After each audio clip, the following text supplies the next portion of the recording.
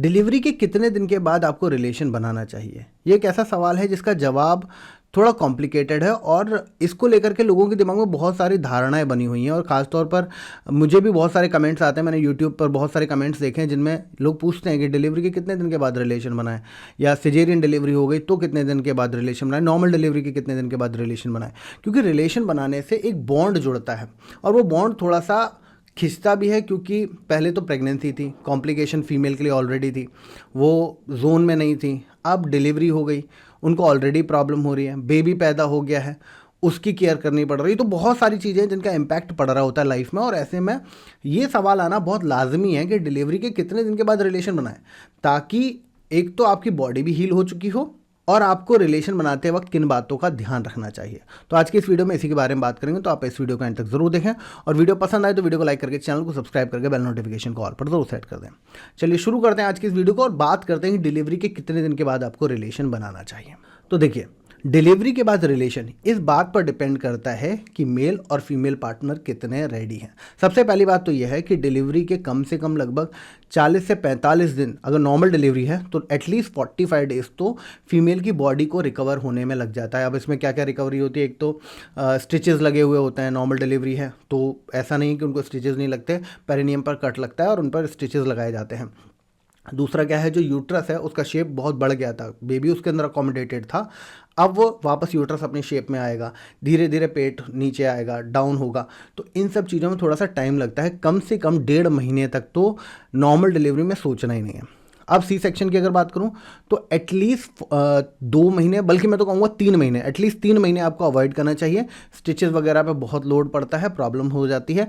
कई बार फीमेल्स इस प्रेशर में आकर के कि उनके हस्बैंड चाहते हैं कि उनको रिलेशन बनाना है, इस चक्कर में आकर के रिलेशन ज़रूर बना लेती हैं पर उसके साइड इफ़ेक्ट्स हो जाता है। तो आपको एटलीस्ट 3 महीने अगर सिजेरियन डिलीवरी हुई है, और अगर नॉर्मल डिलीवरी हुई है तो एटलीस्ट 45 डेज, जब तक कि ब्लीडिंग बंद ना हो जाए। पहली चीज़, ब्लीडिंग तो आपको बिल्कुल देखना ही देखना है कि ब्लीडिंग अगर बंद नहीं हुई है तो आपको रिलेशन बनाना ही नहीं है। ब्लीडिंग बंद हो गई है और 45 डेज हो गए हैं तो उसके बाद आप एक बार सोच सकते हैं। अब इसमें आपको किन बातों का ध्यान रखना है ये भी ज़रूरी है। सबसे पहली चीज़, रिलेशन एक फिजिकल बॉन्ड के अलावा एक रिलेशन बॉन्ड ज़रूर है। एक दूसरे के साथ हार्ट टू हार्ट कनेक्शन होता है, एक दूसरे के लिए ये केयर का भी प्रतीक होता है, एक दूसरे को समझने का, एक दूसरे के साथ वक्त बिताने का एक और जरिया है ये, ठीक है। तो रिलेशन को बर्डन नहीं बनने देना है, चाहे वो मेल की तरफ से हो चाहे फीमेल की तरफ से हो। मेल पार्टनर तो ऑब्वियसली हो सकता है कि आपके ऊपर थोड़ा सा प्रेशर डाले, क्योंकि प्रेगनेंसी थी, प्रेगनेंसी के बाद डिलीवरी को भी हो गया है काफ़ी टाइम, लेकिन आपको इस प्रेशर में नहीं आना है, पीयर प्रेशर में बिल्कुल नहीं आना है। आपको ये बात समझनी है कि एक तो आपकी बॉडी को हील होने के लिए टाइम मिलना चाहिए, दूसरा आपको कंफर्टेबल फील होना चाहिए, और मेल पार्टनर को भी ये समझने की ज़रूरत है। देखिए, जब तक बेबी नहीं था तब तक फीमेल फिर भी फ्री थी। अब क्या होता है, डिलीवरी के तुरंत बाद हर 2 घंटे में बेबी को फीड कराना ज़रूरी है। अब ऐसे में क्या होगा, नींद पूरी नहीं हो पाती, बॉडी पहले से ही बहुत ज़्यादा वीक है, बेबी पैदा किया है, बॉडी वीक है, बॉडी वीक होने के बाद हर 2 घंटे में उठना, बेबी को फीड कराना, फिर आराम करना, नींद पूरी नहीं हो पाती, बॉडी की वीकनेस कंप्लीट नहीं हो पाती, मेडिकेशन चल रहे हैं, यूट्रस शेप में आ रहा है, बहुत सारे कॉम्प्लिकेशंस होते हैं। तो प्रेशर नहीं डालना है, मेल को भी समझने की ज़रूरत है। थोड़ा सा टाइम की और बात है, 2-3 महीने 4 महीने, एक बार पूरा साइकिल सेट हो जाए, फीमेल को भी एक आदत हो जाए कि हाँ मुझे अपने बेबी की केयर कैसे करनी है, वो एक नया एनवायरनमेंट जो जनरेट हुआ है बेबी के आने की वजह से, उसमें वो सेटल हो जाए।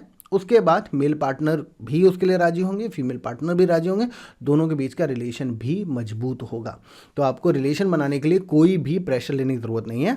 आप दोनों लोगों को पहले समझना चाहिए, एक दूसरे की प्रॉब्लम को समझो, एक दूसरे का नज़रिया समझो, बॉडी को हील होने का टाइम दो।